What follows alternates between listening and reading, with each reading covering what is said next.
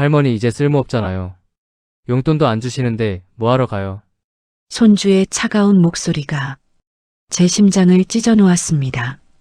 3년 동안 매달 100만 원씩 총 3,600만 원을 쥐어준 손주가 제게 한 말이었습니다. 그 일이 어떻게 시작됐는지 말씀드리겠습니다. 그 이야기는 손주를 세상에서 가장 사랑했던 제 마음에서 시작됩니다. 박순자, 올해 67입니다. 남편과 사별한 지 10년 혼자 사는 게 익숙해졌지만 외로움은 여전했어요. 그런 제게 유일한 기쁨은 손주 민준이었습니다. 아들 내외가 맞벌이를 하다 보니 민준이는 어릴 때부터 제 손에서 자랐어요. 유치원 등하원도 제가 시켰고 간식도 제가 챙겨줬지요. 민준이가 초등학교에 들어가면서 아들 집으로 돌아갔지만 주말이면 꼭 제 집에 왔습니다. 할머니, 보고 싶었어요. 그 한마디에 제 외로움은 눈 녹듯 사라졌어요. 민준이가 고등학교에 입학했을 때였습니다. 아들이 조심스럽게 말했어요. 어머니, 민준이가 이제 고등학생이잖아요. 친구들이랑 어울리려면 용돈이 좀 필요한데 저희가 형편이 빠듯해서요. 저는 흔쾌히 고개를 끄덕였습니다. 그래, 얼마나 필요한데? 한 달에 100만 원 정도면 될 것 같아요. 100만 원. 적지 않은 돈이었지만 손주를 위해서라면 못할 것도 없었어요. 알았어. 내가 줄게. 그날부터 저는 매달 첫째 주 토요일이면 흰 봉투에 100만 원을 넣어 민준이에게 건넸습니다. 처음 몇 달은 괜찮았어요. 민준이는 봉투를 받으며 할머니 고마워요 라고 말했고 제 손을 꼭 잡아주기도 했지요. 하지만 시간이 지나면서 민준이의 태도가 조금씩 달라졌습니다. 집에 오자마자 할머니 용돈 주세요라고 말하고 봉투를 받으면 바로 가방에 넣고 나가버렸어요. 함께 밥을 먹자고 해도 친구 만나야 해서요라며 급하게 자리를 떴지요. 그래도 저는 이해하려고 했습니다. 사춘기니까 그럴 수 있지. 친구들이랑 노는 게 더 재미있을 나이니까 스스로를 달래며 민준이를 보냈어요. 고등학교 2년이 지났을 때 저는 문득 민준이의 SNS를 보게 됐습니다. 며느리가 보여준 거였어요. 화면 속 민준이는 고급 레스토랑에서 친구들과 스테이크를 먹고 있었고 명품 운동화를 자랑하는 사진도 있었지요. 할머니, 민준이 요즘 친구들이랑 잘 어울리나 봐요. 며느리가 웃으며 말했지만 저는 왠지 모를 씁쓸함이 올라왔습니다. 제가 준 100만 원이 저런 데 쓰이고 있구나. 하지만 곧 생각을 고쳐먹었어요. 손주가 친구들 사이에서 기죽지 않고 지내는 게 중요하지. 돈 쓰는 건 당연한 거야. 그렇게 스스로를 납득시켰습니다. 그런데 최근 들어 민준이는 아예 집에 오지 않았어요. 한 달에 한 번 용돈 받으러 올 때만 잠깐 들렀다가 10분도 안 돼서 나갔지요. 민준아, 할머니랑 밥이라도 먹고 가지 않을래? 아니요, 바빠서요. 다음에 올게요. 차가운 대답만 돌아왔습니다. 그러던 어느 토요일 오후 민준이가 평소보다 늦게 왔어요. 현관문을 열고 들어서더니 인사도 없이 거실 소파에 털썩 앉았습니다. 할머니, 용돈 주세요. 민준아, 할머니가 미역국 끓여놨는데 먹고 갈래? 아니요, 급해서요. 빨리 주세요. 저는 가슴 한편이 아렸지만 준비해둔 흰 봉투를 건넸어요.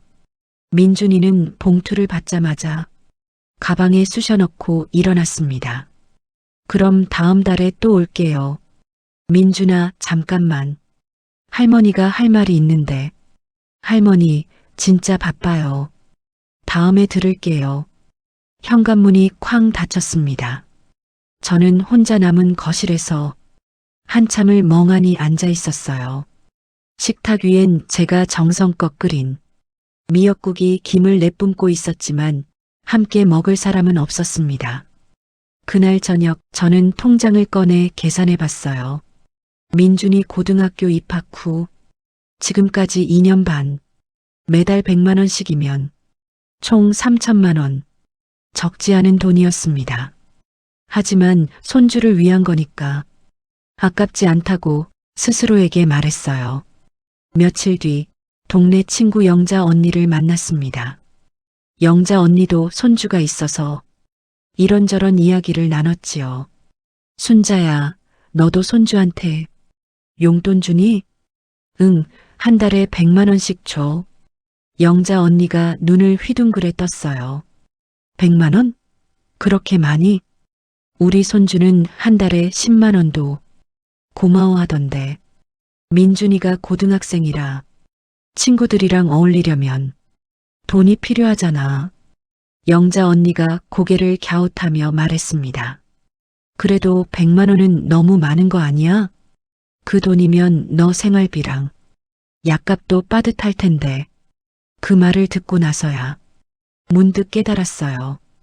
제 연금은 한 달에 90만 원, 민준이 용돈으로 100만 원을 주니 매달 10만 원씩 적자였던 겁니다. 그동안 제 예금을 조금씩 깨서 메워왔던 거였지요. 집으로 돌아와 통장을 다시 펼쳐봤습니다. 2년 반 사이에 예금이 3천만 원 넘게 줄어들어 있었어요. 가슴이 철렁했습니다. 이러다가 몇 년 더 지나면 내 노후 자금이 바닥나겠구나. 하지만 그래도 괜찮다고, 손주를 위한 거니까 아깝지 않다고 스스로를 다독였습니다.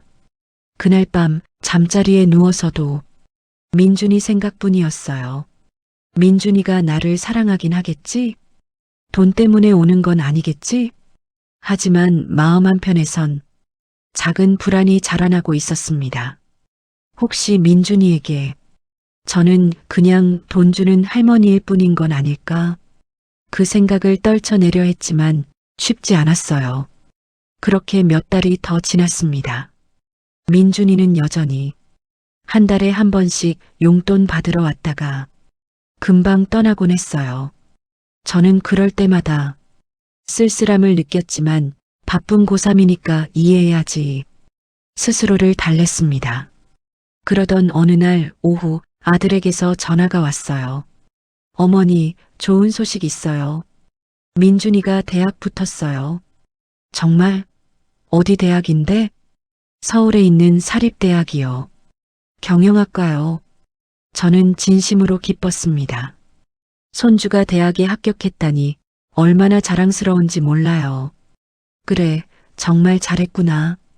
민준이한테 축하한다고 전해줘. 어머니, 그런데요. 아들의 목소리가 조심스러워졌습니다. 등록금이 좀 부담이해서요. 한 학기에 750만 원인데 1년이면 1,500만 원이거든요. 그래서 어머니께서 좀 도와주실 수 있으세요? 저희 형편이 빠듯해서요. 저는 잠시 망설였습니다. 통장 잔고가 많지 않다는 걸 알고 있었거든요. 하지만 손주 대학 등록금인데 어떻게 모른 척할 수 있겠어요. 알았어. 내가 낼게. 정말요? 어머니, 감사합니다. 전화를 끊고 나서 통장을 다시 확인했어요. 예금 잔고는 2천만 원 남짓, 1,500만 원을 내면 500만 원밖에 안 남습니다. 가슴이 답답했지만 손주를 위한 일이니까 해야 한다고 다짐했어요. 며칠 뒤 저는 은행에 가서 1,500만 원을 인출했습니다. 떨리는 손으로 돈을 세며 이게 마지막이야. 더 이상은 어렵겠어. 혼잣말을 중얼거렸지요. 그 주 토요일 민준이가 집에 왔습니다. 평소보다 조금 일찍 온 거였어요. 할머니, 안녕하세요. 민준아, 어서 와. 할머니가 할 말이 있어. 저는 준비해둔 봉투를 건넸습니다. 두툼한 봉투였어요.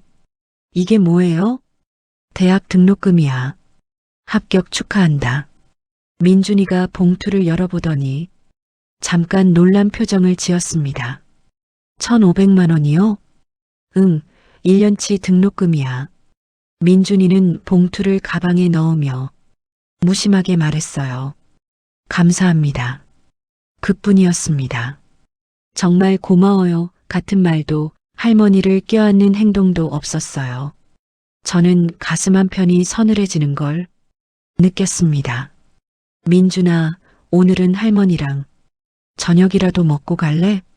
내가 좋아하는 갈비찜 만들었어. 아니요, 친구들이랑 약속이 있어서요. 그래도 오늘은 등록금도 받았는데 할머니랑 조금만 있다 가면 안 돼? 민준이가 짜증 섞인 표정을 지었습니다. 할머니, 진짜 바쁘다니까요. 다음에 올게요. 현관문이 다시 쾅 닫혔어요. 저는 거실에 혼자 남아 갈비찜 냄비를 바라봤습니다. 새벽부터 준비한 음식인데 함께 먹을 사람이 없었어요. 그날 저녁 저는 혼자 갈비찜을 먹으며 눈물을 흘렸습니다. 왜 이렇게 서러운지 스스로도 이해할 수 없었어요. 며칠 뒤 저는 건강검진을 받으러 갔습니다. 1년에 한 번씩 받는 정기검진이었어요. 검진 결과가 나왔을 때 의사 선생님이 심각한 표정으로 말했습니다. 어르신, 당뇨 수치가 많이 올라갔네요. 혈압도 높고요. 그게 심각한 건가요? 지금 당장은 아니지만 관리 안 하시면 위험해요. 약을 꾸준히 드셔야 합니다. 약값이 얼마나 나오나요? 한 달에 15만 원 정도 나올 겁니다. 15만 원. 제 연금 90만 원에서 민준이 용돈 100만 원 그리고 약값까지 더하면 매달 25만 원 적자였어요. 이제 예금도 500만 원밖에 안 남았는데 이러다간 1년도 못 버티겠더라고요. 집으로 돌아와 아들에게 전화했습니다. 성민아, 엄마가 할 말이 있어. 네, 어머니. 무슨 일이세요? 민준이 용돈 말인데 한 달에 100만 원은 엄마가 이제 좀 힘들 것 같아. 네. 왜요? 엄마가 건강검진 받았는데 당뇨랑 고혈압 약을 먹어야 해. 약값도 만만치 않더라. 아들이 잠시 침묵하더니 말했어요. 어머니, 그래도 민준이 대학생인데 용돈 없으면 어떻게 해요? 그건 아빠가 줘야지. 할머니가 계속 줄 수는 없잖니. 어머니, 저희 형편도 빠듯하다니까요. 조금만 더 도와주시면 안 돼요? 저는 가슴이 답답했지만 단호하게 말했습니다. 성민아, 엄마도 약값 내고 생활비 내면 남는 게 없어. 미안하지만 이번 달부터는 50만 원만 줄게. 50만 원요? 그럼 민준이가 뭘로 생활해요? 그건 너희가 알아서 해야지. 전화를 끊고 나니 마음이 무겁더라고요. 하지만 어쩔 수 없었습니다. 제 건강도 챙겨야 하니까요. 며칠 뒤 며느리한테서 전화가 왔어요. 어머니, 제가 할 말이 있어서요. 응, 뭔데? 민준이 용돈 줄이신다고 들었어요. 응, 엄마 형편이 안 돼서 그래. 며느리의 목소리가 차갑게 식었습니다. 어머니, 손주한테 주던 거 갑자기 끊으면 애가 실망하잖아요. 끊는 게 아니라 줄이는 거야. 50만 원도 적은 돈 아니야. 50만 원으로 대학생이 뭘 해요? 친구들이랑 밥도 못 먹어요. 그건 너희가 보태줘야지. 며느리가 한숨을 쉬며 말했어요. 어머니, 저희도 형편이 어려운데 그게 어떻게 돼요? 민준이 고등학교 때부터 쭉 어머니가 주셨잖아요. 갑자기 바꾸시면 저희가 어떻게 해요? 저는 화가 치밀어 올랐지만 꾹 참았습니다. 미안하지만 엄마도 이제 한계야. 약값도 내야 하고 생활비도 빠듯해. 어머니, 약은 나중에 먹으셔도 되잖아요. 손주가 더 중요하지 않아요? 그 말을 듣는 순간 제 심장이 철렁 내려앉았어요.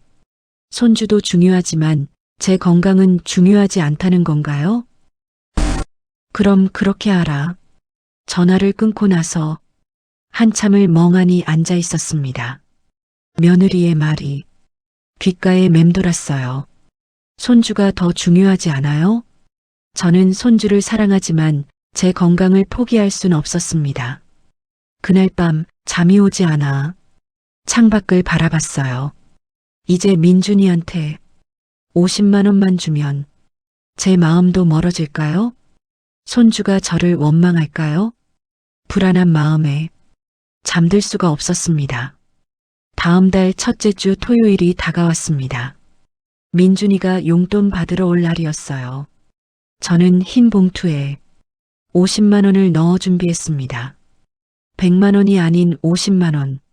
봉투가 평소보다 훨씬 얇아 보였어요. 가슴 한편이 무거웠지만 어쩔 수 없었습니다. 오후 2시쯤 민준이가 왔어요. 할머니 왔어요. 어서 와, 민준아.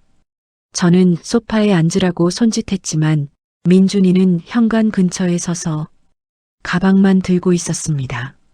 할머니, 용돈 주세요. 급해서요. 저는 준비해둔 봉투를 건넸어요. 민준이가 봉투를 받아 습관처럼 가방에 넣으려다가 무게감이 다르다는 걸 눈치챘는지 봉투를 열어봤습니다. 표정이 굳었어요. 할머니, 이거 50만 원이에요? 응, 민준아. 할머니가 요즘 형편이 안 좋아서 50만 원만 줄 수 있어. 민준이가 봉투를 손에 든 채 저를 쳐다봤습니다. 할머니, 진짜 그러시는 거예요? 미안해, 민준아. 할머니가 약값도 내야 하고 생활비도 빠듯해서 그래. 민준이의 표정이 차갑게 변했어요. 다른 할머니들은 손주한테 더 많이 주던데 그 말에 가슴이 철렁했습니다. 민준아, 할머니도 최선을 다하는 거야. 최선이 50만 원이요? 이걸로 뭘 해요? 민준이의 목소리가 날카로워졌어요. 친구들이랑 밥 한 번 먹으면 10만 원은 나가는데 50만 원으로 한 달을 어떻게 버텨요? 그건 아빠한테 받아야지. 할머니가 다 줄 수는 없어. 민준이가 봉투를 가방에 쑤셔 넣으며 한숨을 쉬었습니다. 알았어요. 그럼 다음 달에 또 올게요. 민준아, 오늘은 할머니랑 얘기 좀 하고 가면 안 돼? 바빠서요. 현관문이 쾅 닫혔습니다. 평소보다 더 세게 닫힌 것 같았어요. 저는 그 자리에 주저앉아 한참을 움직이지 못했습니다. 민준이의 차가운 눈빛이 자꾸만 떠올랐어요. 며칠이 지났지만 민준이에게서 아무 연락이 없었습니다. 평소엔 가끔이라도 문자를 보냈는데 이번엔 완전히 연락이 끊겼어요. 저는 불안한 마음에 민준이한테 문자를 보냈습니다. 민준아, 할머니야. 잘 지내니? 밥은 잘 챙겨 먹고 다니고? 1시간이 지나도 답이 없었어요. 2시간, 3시간이 지나도 여전히 답장이 없었습니다. 저는 혹시나 싶어 아들에게 전화했어요. 성민아, 민준이 요즘 어떠니? 잘 지내요, 어머니. 왜요? 문자를 보냈는데 답장이 없어서 그래. 아, 바쁜가 봐요. 요즘 대학 생활 적응하느라 정신없거든요. 그래, 알았어. 전화를 끊고 나서도 마음이 편하지 않았습니다. 정말 바빠서 답장을 안 한 걸까요? 아니면 화가 나서 일부러 무시하는 걸까요? 일주일이 지났을 때 저는 동네 친구 영자 언니를 만났습니다. 카페에 앉아 차를 마시며 요즘 속상한 일을 털어놨어요. 영자 언니, 나 요즘 민준이 때문에 마음이 안 좋아. 왜? 무슨 일 있어? 용돈을 100만 원에서 50만 원으로 줄였거든. 그랬더니 민준이가 연락을 아예 안 해. 영자 언니가 핸드폰을 꺼내며 말했어요. 그래. 그런데 순자야, 혹시 민준이 SNS 봤어? 아니, 왜? 내가 우연히 봤는데 너 한번 봐봐. 영자 언니가 핸드폰 화면을 제게 보여줬습니다. 민준이의 SNS 계정이었어요. 스크롤을 내리다가 어제 올라온 글을 발견했습니다. 가슴이 철렁 내려앉았어요. 우리 할머니 완전 짜증. 돈도 제대로 안 주면서 왜 살아계심? 키읔키읔키읔. 눈앞이 캄캄해졌습니다. 손이 떨려서 핸드폰을 제대로 잡을 수조차 없었어요. 댓글을 보니 더 충격적이었습니다. 키읔키읔키읔 인정. 할머니 ATM 고장남. 용돈 깎인 거 개빡치네. 그래도 50은 주잖아. 키읔키읔. 민준이의 친구들이 조롱하듯 댓글을 단 거였어요. 저는 그 자리에서 숨이 막혀왔습니다. 제가 3년 넘게 매달 100만 원씩 준 손주가, 등록금 1,500만 원을 준 손주가 저를 이렇게 생각하고 있었다니. 순자야, 괜찮아?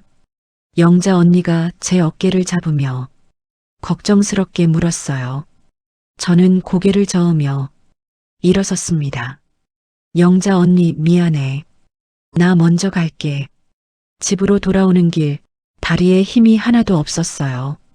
겨우겨우 걸어서 집 앞에 도착했을 때 현관문 앞에 주저앉고 말았습니다. 눈물이 주르르 흘러내렸어요. 왜 살아계심? 그 문장이 머릿속에서 계속 맴돌았습니다. 제가 3년 넘게 손주를 위해 쏟아부은 돈이 제 노후 자금을 깨면서까지 준 돈이 손주에게는 그저 당연한 거였던 걸까요? 돈을 안 주면 쓸모없는 할머니인 걸까요? 한참을 울고 나서야 겨우 현관문을 열고 들어갔습니다. 거실 소파에 앉아 핸드폰을 꺼냈어요. 떨리는 손으로 민준이에게 전화를 걸었습니다. 한참을 기다리다 민준이가 받았어요. 네, 민준아, 할머니야. 할머니, 뭐해요? 지금 바쁜데요. 민준아, 할머니가 물어볼 게 있어. SNS에 할머니 욕한 거 내가 쓴 거 맞니? 잠시 침묵이 흘렀습니다. 그리고 민준이가 담담하게 대답했어요. 아, 그거요? 친구들이랑 장난친 거예요. 장난? 그게 장난으로 보여? 할머니, 너무 예민하게 받아들이지 마세요. 요즘 애들은 다 그렇게 말해요. 민준아, 할머니가 너한테 돈을 준 게 당연한 거였니? 당연한 거 아니에요? 다른 친구들 할머니들도 다 주던데요. 그 말을 듣는 순간 제 심장이 멎는 것 같았습니다. 민준아, 그럼 할머니가 용돈을 안 주면 할머니는 쓸모없는 거니? 민준이가 짜증 섞인 목소리로 말했어요. 할머니, 이제 쓸모없잖아요. 용돈도 제대로 안 주시는데 뭐하러 가요? 친구들 만나는 게 더 재미있어요. 전화가 뚝 끊겼습니다. 저는 핸드폰을 떨어뜨리고 그 자리에 주저앉았어요. 온몸에 힘이 빠졌습니다. 손주에게 저는 정말로 ATM이었던 겁니다. 돈을 주면 찾아오고 돈을 안 주면 버리는 그런 존재. 사랑하는 할머니가 아니라 그냥 돈 주는 기계. 그날 밤 저는 잠을 한숨도 이루지 못했어요. 민준이의 말이 귓가에서 계속 울렸습니다. 할머니, 이제 쓸모없잖아요. 아침이 되어서야 저는 결심했습니다.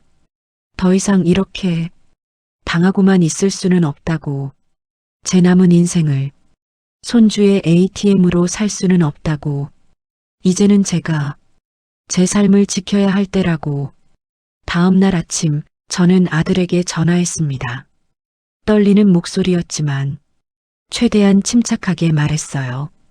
성민아, 엄마가 할 말이 있어. 네, 어머니.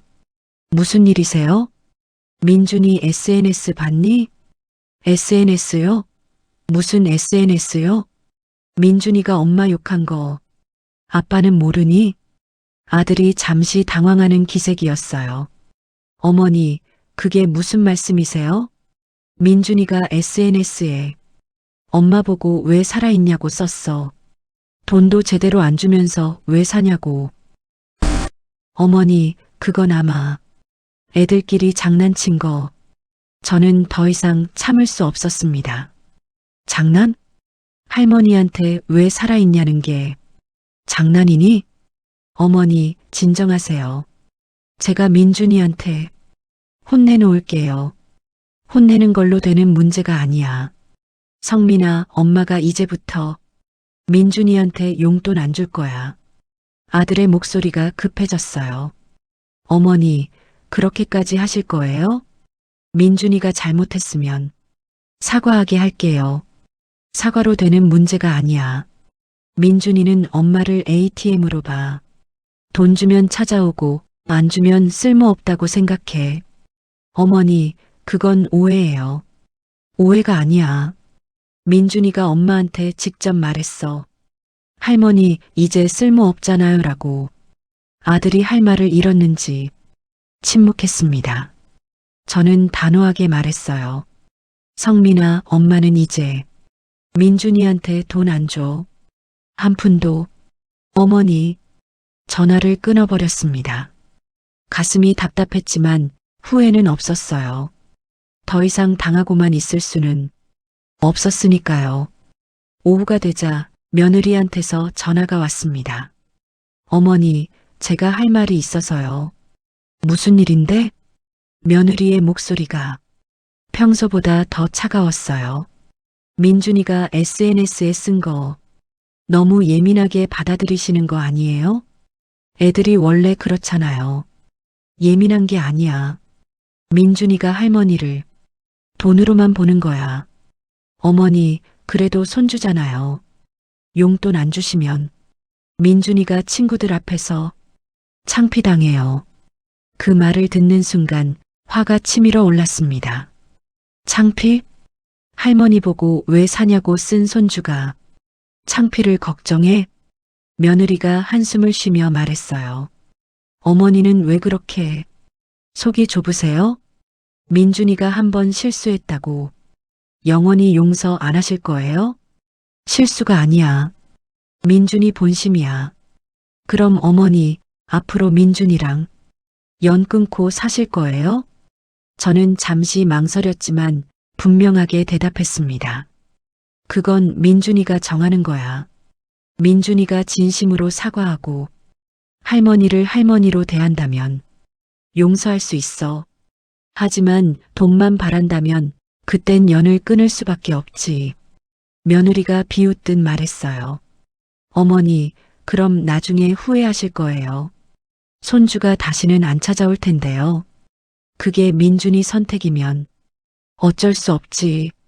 전화를 끊고 나서 저는 한참을 소파에 앉아 있었습니다. 정말 이렇게 하는 게 맞는 걸까요?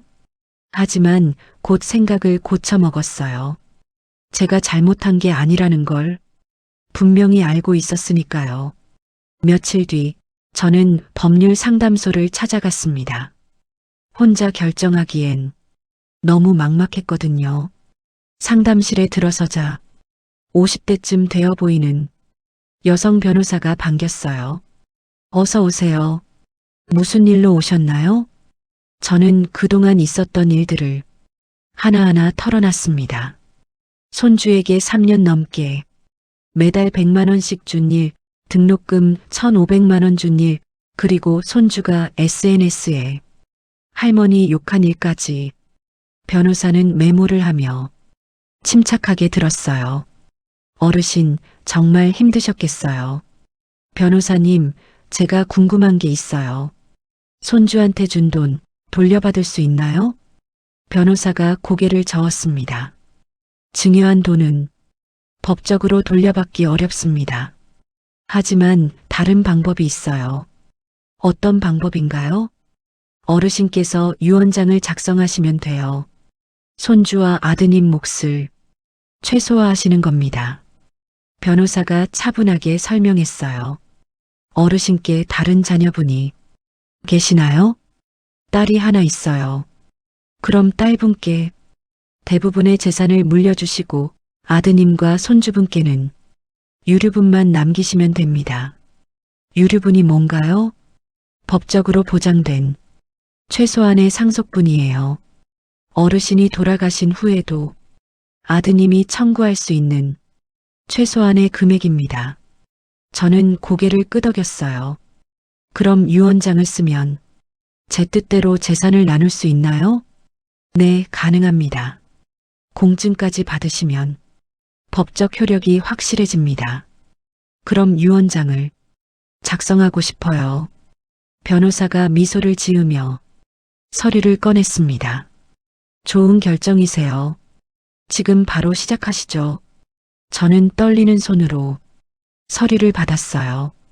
변호사가 안내해준 대로 하나하나 작성해 나갔습니다. 제 모든 재산은 딸에게 상속한다. 아들과 손주에게는 유류분만 남긴다. 그 이유는 손주가 할머니를 ATM으로 대했고 아들 부부는 이를 방관했기 때문이다. 서류를 다 작성하고 나니 가슴이 뻥 뚫리는 기분이었어요. 어르신, 이제 공증만 받으시면 완료됩니다. 감사합니다, 변호사님. 어르신, 한 가지만 더 말씀드릴게요. 네, 가족 간의 문제라 마음이 많이 아프시겠지만 어르신께서 내린 결정은 정당한 겁니다.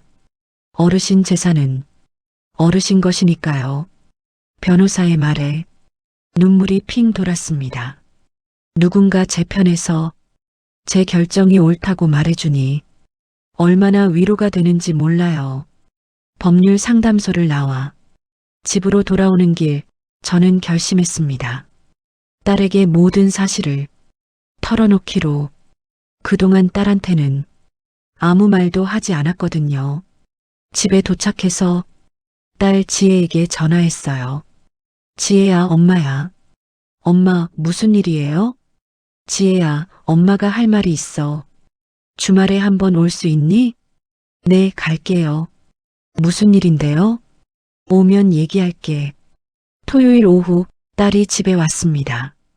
거실 소파에 앉아 차를 마시며 저는 그동안의 일들을 하나하나 털어놨어요.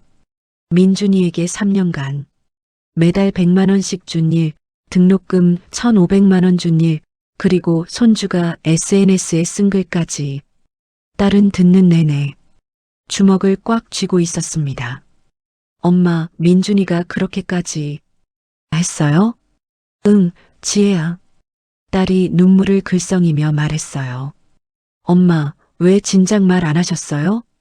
미안해, 지혜야. 엄마가 너한테는 부담 주기 싫었어. 딸이 제 손을 꼭 잡았습니다. 엄마, 이제 민준이한테 돈 주지 마세요. 그리고 오빠한테도 단호하게 하셔야 해요. 엄마가 그렇게 할게. 그리고 지혜야, 엄마가 유언장 썼어. 유언장이요? 응, 엄마 재산 다 너한테 줄 거야. 딸이 깜짝 놀라며 손을 저었어요. 엄마, 그러시면 안 돼요. 오빠도 있는데요. 지혜야, 엄마 결심이야. 오빠는 민준이 일을 방관했어. 그리고 너는 평생 엄마를 챙겨줬잖니. 딸이 울먹이며 말했습니다. 엄마, 감사해요. 제가 엄마 곁에 있을게요. 그날 밤 딸이 돌아간 뒤 저는 오랜만에 편안하게 잠들었습니다. 더 이상 손주 눈치 보지 않아도 되고 아들 부부 눈치 보지 않아도 됐으니까요. 제 재산은 저를 진짜 사랑하는 사람에게 돌아갈 거니까요. 유언장을 작성하고 나서 일주일쯤 지났을 때 아들에게서 전화가 왔습니다. 어머니, 유언장 쓰셨다면서요? 그래, 썼어. 어머니, 그게 무슨 짓이에요? 민준이한테 한 푼도 안 주신다고요? 저는 침착하게 대답했어요. 유류분은 남겨뒀어. 법적으로 보장된 몫이니까. 유류분만요? 어머니, 그동안 민준이가 엄마한테 얼마나 잘했는데요. 그 말을 듣는 순간 기가 막혔습니다. 잘했다고? 성민아, 민준이가 엄마 보고 왜 사냐고 쓴 거 벌써 잊었니? 그건 애가 한순간 잘못한 거잖아요. 한순간이 아니야. 민준이는 진심으로 할머니를 ATM으로 봤어. 아들이 목소리를 높였어요. 어머니도 너무 하시는 거 아니에요? 손주한테 그렇게까지 하세요? 성민아, 엄마가 너무 하는 게 아니라 민준이가 너무 한 거야. 그리고 너희 부부는 그걸 방관했고, 어머니, 더 이상 할 말 없어. 엄마 결정이니까 받아들여. 전화를 끊었습니다. 손은 떨렸지만 마음은 흔들리지 않았어요. 며칠 뒤 민준이에게서 문자가 왔습니다. 3개월 만에 처음 온 연락이었어요. 할머니, 저 민준이에요. 그동안 제가 잘못했어요. 용서해 주세요. 다시 만날 수 있을까요? 저는 문자를 읽으며 씁쓸하게 웃었습니다. 유언장 소식을 들었으니까 이제야 연락하는 거겠지요. 저는 답장을 보냈어요. 민준아, 할머니는 내가 진심으로 뉘우치는 거 알고 있어. 하지만 지금은 할머니 마음을 정리할 시간이 필요해. 나중에 다시 연락할게. 답장을 보내고 나서 저는 핸드폰을 내려놨습니다. 당분간 민준이와 거리를 두기로 했어요. 그게 서로를 위한 최선이라고 생각했으니까요. 한 달쯤 지났을 때 저는 중요한 결정을 내렸습니다. 이 집을 정리하고 조용한 곳으로 이사 가기로 한 거예요. 딸 지혜에게 말했어요. 지혜야, 엄마가 바닷가 마을로 이사 가려고 해. 바닷가요? 왜요? 여기 있으면 자꾸 민준이 생각나고 마음이 안 좋아. 조용한 곳에서 새로 시작하고 싶어. 지혜가 잠시 생각하더니 고개를 끄덕였습니다. 좋아요, 엄마. 엄마가 편하신 곳으로 가세요. 제가 자주 찾아뵐게요. 고마워, 지혜야. 일주일 뒤 저는 남해안의 작은 마을로 이사했습니다. 바다가 보이는 작은 단층 집이었어요. 마당에는 텃밭을 가꿀 수 있는 작은 공간도 있었고 거실 창문을 열면 파도 소리가 들렸습니다. 짐을 다 풀고 나서 저는 마당에 의자를 놓고 앉았어요. 시원한 바닷바람이 불어왔습니다. 이제 새로 시작이야. 혼잣말을 중얼거리며 바다를 바라봤어요. 30년을 서울에서 북적이며 살았는데 이렇게 조용한 곳에서 사는 것도 나쁘지 않더라고요. 다음 날 아침 저는 일찍 일어나 해변을 산책했습니다. 새벽 6시 해가 막 떠오르고 있었어요. 붉은 노을이 바다 위에 물들고 갈매기들이 날아다니는 모습이 평화로웠습니다. 내 인생도 이렇게 다시 시작하는 거구나. 그렇게 생각하니 마음이 한결 가벼워졌어요. 일주일쯤 지났을 때 동네 할머니들과 친해졌습니다. 매일 아침 해변을 산책하다 보니 자연스럽게 인사를 나누게 됐고 이런저런 이야기를 하며 정이 들었어요. 순자 씨, 서울에서 오셨다며요? 네, 혼자 살기 좋은 곳 찾다가 여기까지 왔어요. 여기 참 좋죠. 조용하고 공기도 맑고. 맞아요, 정말 좋아요. 동네 할머니들은 저처럼 혼자 사는 분들이 많았어요. 서로 의지하며 소소한 일상을 나누는 게 참 따뜻했습니다. 한 달이 지나자 저는 완전히 새로운 일상에 적응했어요. 아침엔 해변 산책, 오전엔 텃밭 가꾸기, 오후엔 동네 할머니들과 차 마시며 수다 떨기, 저녁엔 바다를 보며 책 읽기. 단순하지만 평화로운 나날이었습니다. 그러던 어느 날 아들에게서 전화가 왔어요. 어머니, 지금 어디 계세요? 왜? 집에 갔는데 아무도 없더라고요. 엄마 이사했어. 이사요? 어디로요?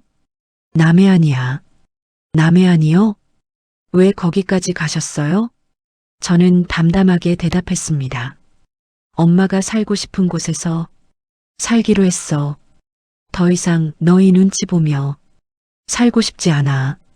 어머니, 그게 무슨 말씀이에요? 성민아, 엄마는 이제 엄마 인생 살 거야. 민준이 눈치 보지 않고 너희 부부 눈치 보지 않고 아들이 한참 침묵하더니 말했어요. 어머니, 정말 그러실 거예요? 그래, 엄마 결심이야. 알겠습니다. 전화가 끊겼습니다. 저는 핸드폰을 내려놓고 창밖을 바라봤어요. 파도가 밀려왔다. 밀려가기를 반복했습니다. 제 인생도 이제 새로운 파도를 맞이하는 거겠지요. 주말이 되자 딸 지혜가 남편과 함께 찾아왔습니다. 엄마, 지혜야, 어서 와. 지혜는 집안을 둘러보며 감탄했어요. 엄마, 여기 정말 좋네요. 바다도 보이고, 그치? 엄마도 너무 마음에 들어. 지혜의 남편도 말했습니다. 장모님, 정말 좋은 곳 찾으, 공기도 맑고, 고마워, 자주 놀러와. 저녁을 함께 먹으며 지혜가 조심스럽게 물었어요. 엄마, 민준이한테서 연락 왔어요? 한 번 왔었어. 사과한다고. 그래서 뭐라고 하셨어요? 시간이 필요하다고 했어. 지혜가 제 손을 꼭 잡았습니다. 엄마, 잘하셨어요. 민준이가 진짜 뉘우쳐야. 다시 만나셔야 해요. 그래, 엄마도 그렇게 생각해. 그날 밤 지혜 부부가 돌아간 뒤 저는 혼자 마당에 앉아 별을 올려다봤습니다. 서울에서는 보이지 않던 별들이 여기서는 선명하게 보였어요. 남편, 내가 잘하고 있는 거 맞지? 하늘을 향해 조용히 물었습니다. 바람이 살랑 불어왔어요. 마치 남편이 잘하고 있어라고 대답하는 것 같았습니다. 몇 달이 지났습니다. 저는 이제 완전히 이곳 생활에 적응했어요. 텃밭에서 상추와 고추를 키우고 동네 할머니들과 소소한 일상을 나누며 평화롭게 살고 있었습니다. 어느 날 오후 민준이에게서 또 문자가 왔어요. 할머니, 저 정말 반성하고 있어요. 제발 한 번만 만나주세요. 저는 문자를 읽으며 생각했습니다. 민준이가 정말 뉘우치고 있을까요? 아니면 여전히 돈 때문에 연락하는 걸까요? 저는 답장을 보내지 않았어요. 아직은 마음을 열 준비가 되지 않았으니까요. 그날 저녁 저는 해변을 걸으며 혼잣말을 했습니다. 민준아, 할머니는 내가 진짜로 변하길 바라. 돈이 아니라 할머니를 사랑하는 그런 손주가 되길 바라. 석양이 바다 위로 내려앉고 있었어요. 붉게 물든 하늘이 참 아름다웠습니다. 저는 그 풍경을 바라보며 미소를 지었어요. 제 인생도 이제 새로운 시작이니까요. 손주의 ATM이 아니라 박순자라는 한 사람으로 당당하게 사는 삶. 그게 제가 선택한 새로운 인생이었습니다. 몇 주 뒤 딸 지혜가 또 찾아왔어요. 이번엔 좋은 소식을 가지고 왔습니다. 엄마, 제가 임신했어요. 정말? 지혜야, 축하해. 저는 딸을 꼭 껴안았습니다. 새 생명이 온다는 소식에 마음이 따뜻해졌어요. 엄마, 이번엔 제대로 키울 거예요. 아이한테 돈이 아니라 진짜 사랑을 줄게요. 지혜의 말에 저는 눈물이 핑 돌았습니다. 그래, 지혜야. 그렇게 키워야지. 그날 밤 저는 오랜만에 행복한 마음으로 잠들었어요. 손주 민준이는 아직 제 마음을 열지 못했지만 딸이 낳을 아이에게는 진짜 할머니가 되어주고 싶었습니다. 돈으로 사랑을 표현하는 게 아니라 시간과 정성으로 사랑을 나누는 그런 할머니. 그렇게 저는 새로운 꿈을 꾸기 시작했습니다. 1년이 흘렀습니다. 저는 여전히 남해안 마을에서 평화롭게 살고 있어요.